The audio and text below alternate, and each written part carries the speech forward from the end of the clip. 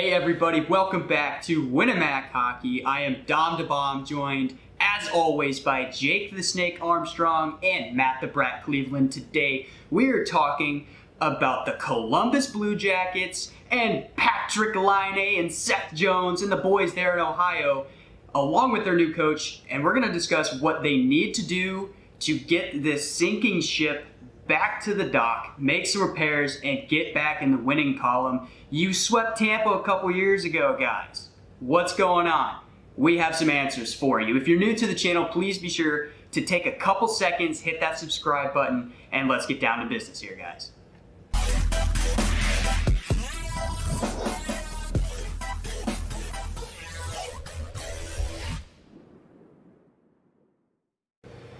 All right, guys, thank you again for joining us. We're going to hop right in here. We're going to talk about the guy that was supposed to be the guy for Columbus this year in Patrick Laine. And, as we all know, guys, Patrick Laine did not work out as we thought that he would over there in Tortorella's system. I think he finished with 12 goals, subpar. But, guys, he's an RFA, all right? And this guy has proven that he can score. He is a sniper. He has found beautiful ways to put the puck in the back of the net. So let's talk about the possibilities here with Patrick Laine and Columbus with a new system and a new coach. Do you guys think that's enough to coax him to come back? Do you think it's going to take a lot of money to get this done? Do you think some teams are going to pay those draft picks and bring Patrick Laine elsewhere? Jake, what are your thoughts on Mr. Laine? I think, first off, I don't think anyone's going to give an offer sheet because he's a risky investment at this point. He was supposed to be the next coming of Ovechkin, and that hasn't really panned out, especially since he went to Columbus. And in Columbus, he had a terrible year. 10 goals, 11 assists, 21 points in 45 games. That's just not the Laine that we know, and I think it's because of who they have playing center for him. The only notable center on that team now, Max Domi, who had the worst season of his career. He had 9 goals and 15 assists for 24 points. That's nothing. And Patrick Laine can't produce while Domi's not producing. So obviously that's just not a good fit. Matt, what are your thoughts? Do you think Laine is going elsewhere? Is he coming back to Columbus? I think he does come back to Columbus. I think he's a dude who 44 goal scorer back in 2017. He has the ability to put the puck back in the net. And a rare talent. The likes we haven't seen since players like Ovechkin and players like some of the young guys and stars today. And he's a dude who's got immense talent. And I think it's about finding the right system, and it's about finding the right fit for him. I mean, like Jake said, he really hasn't had many help in the middle there. He really needs a good playmaker next to him to really help him shine, being the sniper that he is. And I think he's a dude who can get back to that form. Maybe not the 40-goal scorer that he was back then or the 30-plus goal scorer he was there in Winnipeg, but I think he can be a consistent guy for the end. And the good thing for Columbus is they're not going to have to probably pay much for him to bring him back, with him having such a down year and with the stigma right now of him being on the decline. It really helps them out negotiation-wise, so they could get him for cheap. And especially with a guy like that, if he can find that spark again and get back to the goal-scoring ways that he was in the past, he could be a really good player for them for a cheap contract. And I think he could really work out for both sides. So you meant, Do you think they lock him up long-term, Matt? I was about to ask the same thing. I wouldn't go longer than probably 3 years, something like an entry-level type situation, kind of thing where you got to see where he's at. Because again, I mean, this was his first season in Columbus, so you really don't. And at the same time, with a new coach, you really got to figure out what's his strengths, what's his weaknesses. The coach really has to. I mean, with him being in the league for so long, you think he's more of a refined player. That I think he has still a little more to show. I think he can definitely get better on the defensive end. And I think he's a guy who, a couple years down the line, if you can get him in the right season, he could get back to where he's at. And I don't know about going too long for a contract. So, I don't think they're giving him a 5-6 year deal, something like that. But I think at most the 3 year deal sounds respectable for him, and I think at a good price range they can get that done. Yeah. Speaking of the price range, do you guys have any thoughts on that? About how much, if he's going to take a shorter deal here, how much do you think that might be worth, Matt? Well, with a guy like him coming off the year that he's had, I don't think he commands that much money. I mean, Obviously, being an RFA gives a little bit of interest because other people can come in and swoop in for compensation. So I think they have the ability to go low on him. I wouldn't see maybe $3 million. I think would be about the range for him, especially coming off where he's at. I mean, it's not too expensive, and especially with the year that he's coming off of, a guy like that is not going to be commanding $5+ million. That's just not going to happen. Other players with 30+ goals per season with better seasons like that command that type of money, and that's where I think his range is at right now. Jake, what do you think? With the Laine being one of the better players on Columbus, do you think because of that he will get that $5 million that Matt mentioned as kind of the max amount? All right, so Matt's kind of playing it safe. He is acknowledging that risky investment that I mentioned earlier and saying, let's do a short-term deal and not have to pay as much because he had a bad season. I personally think that the Columbus GM looks at his past experience with free agency, Matt Duchene, Artemi Panarin, Sergei Bobrovsky. As soon as they got the chance, they split out of Columbus. Seth Jones, next year, splitting out of Columbus. I think he looks at this roster and he says, we're running out of stars. We have the chance to lock this guy up while he's an RFA. That's a risk you just have to take. If I'm the GM, I think if you sign him long term, that price is going to go up. So I'd say lock him up for 5-6 years at $6 million. You lock up a scorer. He's going to get back to form one way or another. If you have to change out the center, change the center and build around Laine. But that's the star player in Columbus. Interesting. I like that, though, because both you offer two very valid arguments, and there are different kind of GMs out there that go conservative and go aggressive. So I think that could go either way. And for me personally, I'm thinking like somewhere in the middle. I'm thinking like, maybe like a 4-year, $4.5 million deal, just because that he has the potential, but the risk is high, and you don't know with the new coach, new system, and the players that are around him how he's going to perform. And so I see both sides of that, and I think that's very interesting. Jake, you did mention Seth Jones, and that is a name that Columbus is watching very carefully right now if you're a fan of the Blue Jackets, because he's basically the Jack Eichel situation. He's like, I want out. I want out of Columbus. Yeah, we had that great sweep on Tampa, but things have just gone downhill. I don't like it here. I want out of here. Jake, since you brought him up, let's start with you. Do you think that he is going to stay another year, or do you think Columbus is going to try to get as much value as they can rather than just letting him walk in free agency next year? I think that he's one of the players on Columbus who still has high value, despite Columbus having just a terrible season that, honestly, I'm sorry, Columbus fans, you had to watch. That was not a good year based on the team having success recently. Mm-hmm. You mentioned beating Tampa in the playoffs a couple years ago. The team wasn't doing that badly. And then this year they just sort of fell apart. So I think Seth Jones has high value, and I think they trade him this summer instead of letting him walk next summer for nothing. So if we want to jump into trades real quick here, I have a trade lined up involving Seth Jones. And it is a blockbuster. I also mentioned earlier that a problem is their center depth, and part of that is Max Domi having a career worst year. So I think it's a package deal. Seth Jones and Max Domi to the Washington Capitals in exchange for Evgeny Kuznetsov and a third-round pick. Really?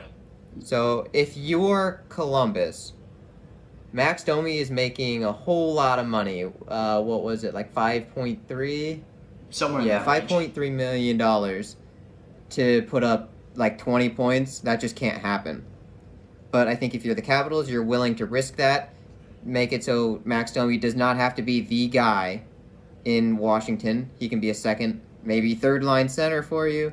Hopefully you can find a way on the second now that Kuznetsov's gone, and hopefully he can get back to producing. In addition to having Seth Jones, because a top-pairing defense of Seth Jones and John Carlson would just be nasty.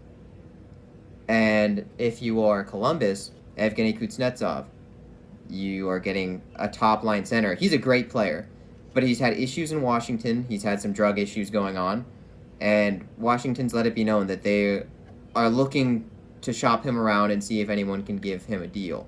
So I think this is just the perfect fit for both sides. Interesting. Do you think because of Kuznetsov's issues off the ice that Columbus might try to bargain for a second round pick instead of a third, or maybe even try to push for more value than that, knowing that Domi could break out again at some point and that Seth Jones is that lockdown, great defenseman that you want on the top line? Yeah, I initially did have a second round pick in my notes, but the more I looked at it, is Max Domi has been getting tossed around from system to system. He isn't that great prospect, elite top line player that we thought that he was going to be. Mm-hmm. He's going to be a top 6, maybe top 9, and Washington's risking that he can find his ground for that heavy contract. Because for what he's producing, he's way overpaid.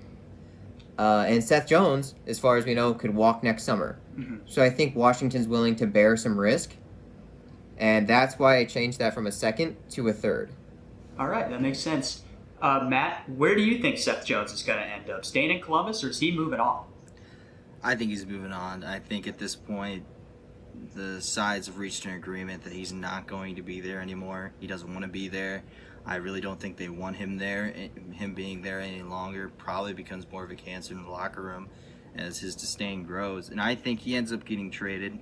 I think he goes out to the Pacific, and I think he goes out to Vancouver. Vancouver, a team who had a very down year this year. They really need a guy to jumpstart that back end. They have some really young and talented forwards there, but their defense is kind of weak. And I think adding a guy like Seth Jones can really do that for them. And it's going to take a haul. He's going to be their top defenseman. They're probably going to have to pay him big after this season. I think a third-round pick, and I think their young breakout forward there, Nils Hoglander, gets this done. A dude who really had a breakout season for them, a guy who fits Columbus's timeline of young players if they want to restart or rebuild, or if they want to be competitive. A guy like that can play well for you there on the wing, and they get a third-round pick back in return they can use in the draft. And for, like I said, with Vancouver, this is a guy who's probably going to be your top-line defenseman there with a guy like Nate Schmidt on his side. Could really be a good combo going into next year to bring them back to the playoffs. Matt, I really like that trade because this is interesting. You mentioned Vancouver. This is another team that was in the playoffs very recently and had a lot of success and then just kind of fell apart randomly this year. And it's interesting that you have Columbus, who also has had the same past, making a deal here to try to help each other out and to get back into the playoffs. That is a very neat trade. Jake, what are your thoughts on that? Interesting take again. He's going for the young route if you're Columbus, getting Nils Hoglander. And that's a winger, so I don't know if he just has that much faith in Max Domi, thinking the new system can turn it around, or maybe he's thinking just full rebuild if you're Columbus. Is that what you're thinking here, Matt? Are you thinking like rebuild, or are you just having faith in Max Domi? Well, I think it's a little bit of both. I think Max Domi's going to be able to bounce back. I really think he could be the guy he was from his days there in Montreal, and I think he could be a really good player for them. It just takes, I think, with a new coach, a new setting, a new system, I think he can flourish there. And bringing in a young guy like that, it's going to bring them back. Obviously, Columbus losing a guy like Seth Jones is not going to make them any better than where they were this year, even though they weren't that good this year. But, I mean, you get a young guy there on the wing, and then you have two really good wings for the future in Patrick Laine, and you have another good wing in Nils Hoglander to go alongside a guy like Max Domi. And obviously there's a guy like Alexander Texier, another young center there. I think he could flourish. I think he's a guy who's going to definitely get more ice time this year, very young dude there. And he showed some promise, and he's a guy who also next to Hoglander could be a pretty good combo for the future there. I like it. Yeah, I would agree with that. When you said rebuild, I did think about Alexander Texier. They also have Liam Foudy, a young guy. So they've got a good future there, some good pieces. So, that could work out, bring in Nils Hoglander. I like it. New coach, new system, new players. If Columbus is going to rebuild, I mean, now is the time. So it's going to be interesting to see how the GM goes about this. We mentioned it earlier, conservative, aggressive. Which path are you going to take here? I think that's a very interesting take. So, hey, we mentioned the two, top guys in Columbus that have really been in the discussion of trade talks, Patrick Laine contract situation. But there's a bunch of other guys on that team, and if they are going to rebuild, they could shop some other players. Do you guys have any thoughts of who might go and who they might bring in via trade? Jake, let's come back to you. All right, so I do have another trade, and that's to solve the issue of 2 goaltenders. So obviously, I think this one happens relatively soon before we get to the expansion draft, because, well, actually, I suppose Merzlikins exempt, but still, you want to solve the problem of 2 goaltenders. And so I'm saying to trade Merzlikins to the Edmonton Oilers in exchange for Ethan Bear and a 2021 second-round pick. Because, again, we've talked about it before, Ethan Bear is a guy who Edmonton is kind of on the outs with because the fans don't really like him and he doesn't really fit their system as well. So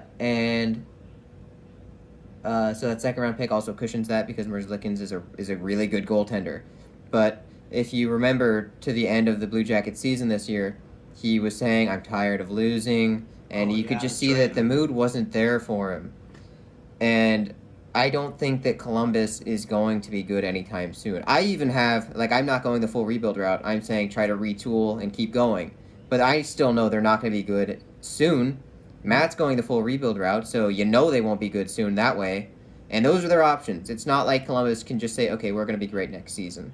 And so if they can't make the team good, you got to get rid of Merzlikins just because he's going to be a cancer in the locker room because he doesn't want to be there.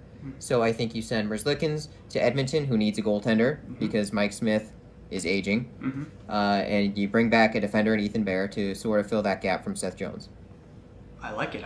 That makes a lot of sense. I mean, Edmonton, the story of them over there has been the goaltending, especially when it comes to the playoffs.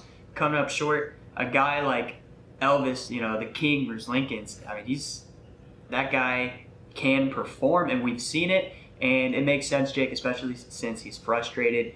I mean, the whole team had a down year, so obviously the locker room is probably down, and you don't want to continue to drag yourself down, especially if it's just one player, like you said.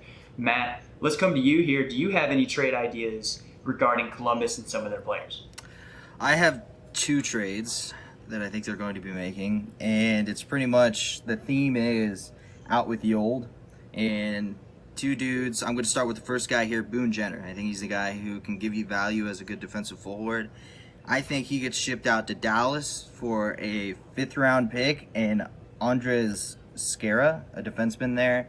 Skara is more of just a salary dump. I think he's 32 years old. He's a guy who's had a decent season with Dallas, but more of a dude he's on a 1-year deal, so they'll be able to just match the salaries for this year and then get rid of him. But I think more importantly, the 5th-round pick gets that done. And it's another dude, get Boone Jenner's contract off the books, save some more money, and get ready for the younger guys. And with that in line, I also have a guy who's been around for a long time. He's a fan favorite there in Columbus, but I think he does get traded because I think he has pretty decent value in Cam Atkinson. I think he gets traded and he goes off to Nashville. I think you can get a 4th-round pick and Luke Cunnin. Luke Cunnin is a 23-year-old winger/center. He's a dude who I think could replace a guy in the lineup there. Either way, he could play both spots. Had a pretty good year there for Nashville, and with 23 years old, he's a guy who's definitely fits the timeline, a lot like a Hoglander, where you're just bringing in young guys and you're getting value back in return, and you're getting off these large contracts, and you can just pretty much start anew there. So those are my 2 trades. Interesting. Yeah. So your second trade, was that just a 1-for-1? It's Luke Cunnin and a 4th for Cam Atkinson. That's interesting. I just think you're underrating Cam Atkinson a bit. I know he only scored 15 goals this year in about, half the season. I think, but I really think with how bad Columbus was, as unfair as it is to put, I think GMs are going to very underrate him with his trade value, and plus he really didn't set the world on fire this year either. So I think you could get away with something like this. I think for sure he could bring Nashville to form there. He could be a really good guy. And another thing to add to that trade is that he's a guy who could really jumpstart Nashville's offense. So maybe you do give a little more value, maybe a higher than a 4th-round pick, maybe a 3rd, maybe. But I think if you're stretching up to the 2nd or 1st round round pick there, I think it's a little too much value for him. So, yeah, I could negotiate a little up and down with the pick, but I think overall that's about where his range is at for me. Can I intervene here real quick? When it comes to Cam Atkinson, let's talk about Nashville, because they recently made a trade with Arvidsson going to LA, and they got a second and a third round pick in return, and the third round pick is 2022. So if you're looking at that trade and saying, well, Arvidsson is worth this, then the Cam Atkinson trade makes a little bit more sense here. But I bring this trade up because Nashville has those 2 extra picks now. So if you're Columbus, you can say, hey, look, you just got this pick. Imagine trading Arvidsson for those picks and getting Cam Atkinson at the end of the day. That would be you eventually, taking Arvidsson and turning him into Cam Atkinson. That would help Nashville's wounds a little bit if you're a Predators fan over there, I think. Jake, thoughts? I think that trade for Nashville makes sense as long as their GM isn't planning a full rebuild here. That's true. But in terms of picks, I don't know if that makes sense either, because why would you obtain picks to get rid of a top scorer who had good locker room chemistry, to bring in somebody else where, I would almost overvalue Cam Atkinson because I remember him scoring 40 goals 2 or 3 years ago. I think he's a great scorer. I think he'd be great in Nashville, but if you're Nashville, why do you get rid of Victor Arvidsson just to bring in Cam Atkinson? It's like rearranging deck chairs on the Titanic. I mean, like, it's the value is sinking. That makes a lot of sense too. I guess I didn't think about that. I guess I was looking at that more from a fan's perspective of like, hey, at least give us something here. You traded Arvidsson for it looks like no reason, but I don't know. That's such an interesting topic. I think Atkinson. Go ahead, Matt. I will jump in here with the fact that the goaltender Jussi Saros for Nashville is going to be a restricted free agent this year. If you're going to pay a lot of money for your goaltender like that and lock him up, which I think they will, I think it's pretty obvious he's going to get paid, even being a restricted free agent, I think you have to build a team around him. Otherwise, in a situation like that, if you're going to pay so much money to your goaltender but then straight up start a rebuild, I just don't see how those correlate with their plan here. I mean, it's very confusing. And another thing is, I think you're kind of undervaluing Luke Cunnin. I think he could be a really good player for Columbus, and I think he's a huge part of this trade. Like, he's only 23 years old, and he's a guy who had a pretty decent season there in Nashville, and I think a guy like him fits in perfectly, and I think he has some pretty good value there. And if you're bringing him over there, I don't know how you could bring a young guy and a high draft pick that just seems like a lot of value coming from Nashville to Cam Atkinson. So that's why I've kind of brought the draft pick down there a little bit. Yeah. So I do agree. I 100% think that rebuilding now would be a terrible move for Nashville. They just made the playoffs. Mm-hmm. Now, can they do that in the regular Central? I don't know, but at least test it out and find out, because your team made the playoffs. Don't give up on them like that. Yeah. In addition, I think that they kind of might go into a Buffalo Sabres situation here where you flip-flop GMs. They have actually never had a new GM. Nashville, since they came into the league, has had one GM. And I honestly think that it might be about his time to step out the door, because they've been kind of mediocre in the last several seasons. I think Nashville might look to replace him. And if that happens, they might get somebody in who says, hey, I'm a new GM. I want to show this team that I mean business. I'm going to keep the team together, and I'm going to keep us successful. That's where I think that they could bring in somebody like Cam Atkinson, but only if they replace the GM.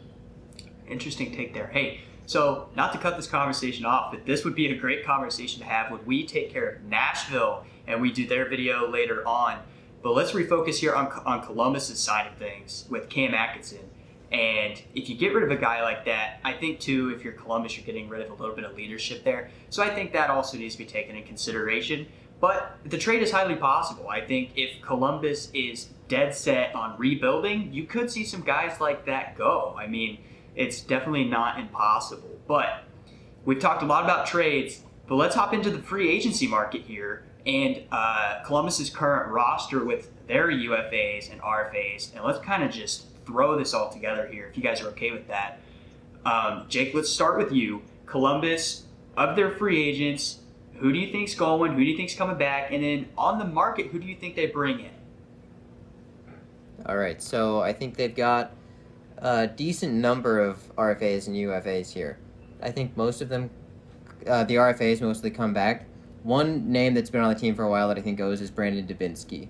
He's making almost $6 million per year. He was on his previous contract. And he hasn't scored 20 goals or more since 2011. So he's obviously past his prime. He's 35 years old. I think he's definitely gone, which sucks for their center depth. But if you look at free agency, I think there's some good options. So first off, I think they look at Zach Hyman, who played really well for the Maple Leafs this year.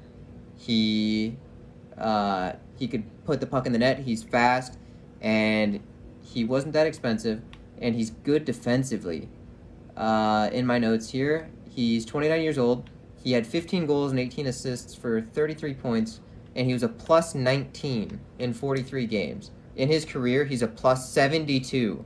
Wow. So I'm thinking for somebody like Laine, you can't teach an old dog new tricks. Tortorella tried to make Laine play defense. It did not work out. Stick him with somebody like Zach Hyman, a good defensive player at center, and I think you're going to have a really good chemistry fit. That makes perfect sense from Columbus's perspective. Matt, what do you think? UFAs, RFAs, and who's coming in from free agency for you? Well, I definitely think they keep Laine. I think we figure that right now. Texier, I think is another guy they keep. I think he's a huge part of their future.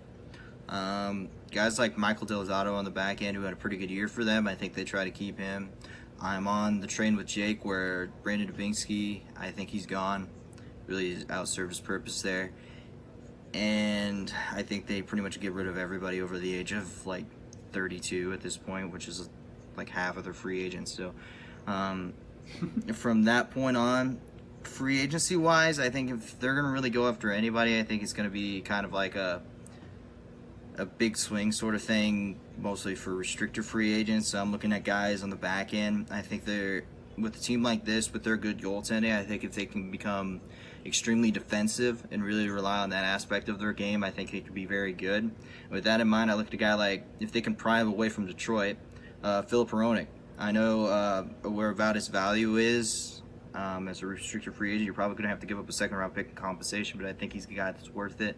Really beef up that back end there, and a dude who I think could instantly replace a guy like Seth Jones, and I think he's a lot younger, and he can really give you an impact right away, and he'll want to be there.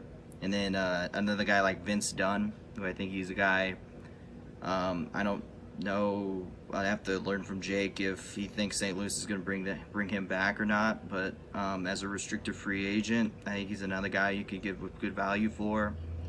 And he's another guy who has the same point as Filip Hronek, where he can plug him in right there and play good defensively. And I think that's a good way to turn the style of their team as a more defensive-led team with great goaltending. That's a great philosophy. Jake, Matt mentioned Vince Dunn. Do you think that is possible for Columbus?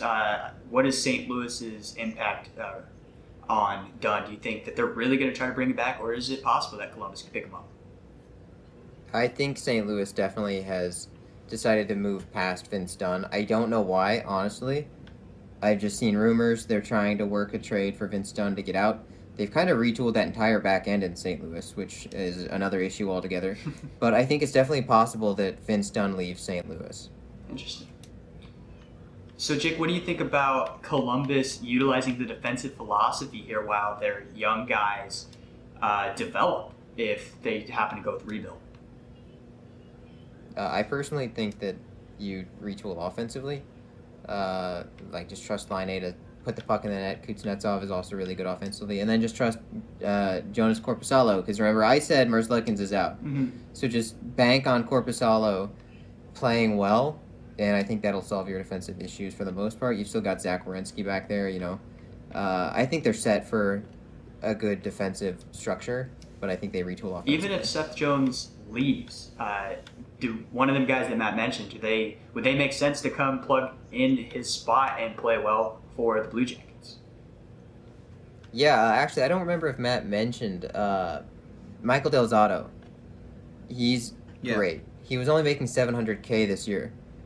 Definitely, if you're Columbus, bring him back. Even if you give him a little raise up to like $1 million, bring back Michael Del Zotto. He's a great player.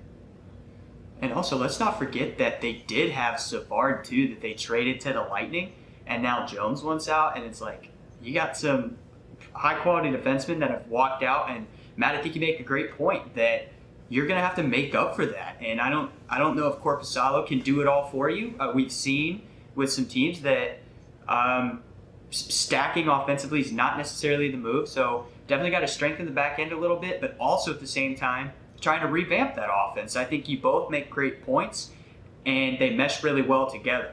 All right, hey guys, a lot of great thoughts there. I know that, Jake, you're talking offense, Matt, you're talking defense, and I think both of those ideas mesh well together. There's a lot that Columbus can do with their $23.8 million in cap space, and there's a lot of room for improvement here. So let's talk about the future. Let's look ahead to the next season. Who do you guys think is going to be the most valuable player on that team in that new system with all of these trades, free agents, etc.? Jake, let's start with you. So I already mentioned, I think they focused this offseason on finding someone to play with Patrik Laine, because he's the big piece, and he's who I think will be their MVP next year. I think they'll do whatever it takes to get a good center, whether that be free agency or trade. They're going to find somebody to center Patrik Laine, and I think Patrik Laine returns to form and has 30-plus goals in an 82-game season. I like it. Matt, how about you? I think with my philosophy of them going extremely defensive, I think their top defenseman is Zach Werenski is bound to break out. The dude had 20 points in 35 games last year. He was injured for a little bit, and I think there was a lot of their troubles back there on the back end. And with a guy like that added into the lineup with some of the additions that I talked about, he could be a dude that could really carry that back end. It was if Seth Jones is most likely on the way out, he's your top guy. He's going to be playing a lot of minutes, and I think he's going to have a lot of production back there on the back end. I like that. Laine makes a lot of sense. He's a great player, has shown it in the past. Werenski has been rock solid for years now. He's a great defenseman, and if Seth Jones does happen to leave before this season, it's even more crucial for him to break out, Matt, like you said. So with those thoughts, let's wrap up here with where we think they're going to finish. I know that we had mentioned this in a couple of previous videos, especially New Jersey, when we talked about the Metro. So, Matt, where do you think Columbus is finishing this year, especially if they end up rebuilding like you think that they might? Yeah, well, I preserved the spot for him in the New Jersey video, and I'm going to keep to that. I think they finish dead last. I really think with the talent of this division, it's a very strong division. I think finishing last in this division is not that big of a deal. I mean, you're really, other than New Jersey, there's really every single other team is a pretty competitive team in this division. So with that in mind, it's pretty much between them and New Jersey, and I think New Jersey is going to be a little bit better this year, and I'm going to have them in last place. All right. Jake, how about you? I would have to agree with Matt. I think they're going to be in last. Unfortunately for the Blue Jackets and fans in Columbus, the Metro is a very competitive division. I would say the most competitive division in hockey, and right now, Columbus just falls in last place for me. I hate to say this, Columbus fans, but I have to agree with Matt and Jake here. Look, I have a lot of respect for Columbus, and let me tell you something. If you guys happen to suck for the next 10 years, like, Buffalo's drought over there, look, I don't care. I don't care. If you guys are awful for the next 10 years, I'm not going to sit there and go, oh, this team sucks. I'm going to remember you guys because you swept Tampa, who won the President's Trophy in the playoffs. Come on. That is going to be my favorite moment in your guys' history forever. And if you guys happen to be awful, I hope not for the next 10 years, just know that that is still in my heart, and I'm still rooting on you guys over there, all right? Hey, guys, any more concerns, thoughts, comments? We talked about a lot in this video. Anything else that we need to address here, guys? Just that, you mentioned it.